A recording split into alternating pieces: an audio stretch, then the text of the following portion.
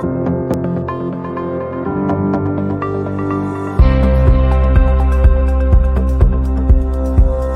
آپ نے سنا دیکھا ہوگا کہ گزشتہ چند دنوں میں 2 ویکسینز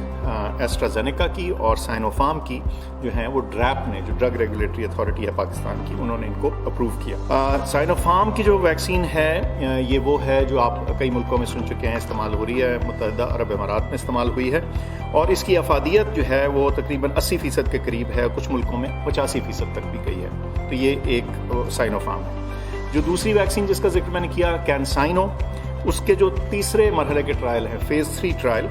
وہ پاکستان میں کنڈکٹ کیے جا رہے تھے اور وہ تقریباً اب ختم ہونے کو ہیں۔ اس کے علاوہ جو انٹرم انالیسس ہوتا ہے، جو ابتدائی نتائج ہوتے ہیں، اس کا جو اسٹیٹسٹیکل انالیسس ہوتا ہے وہ شروع ہو چکا ہے،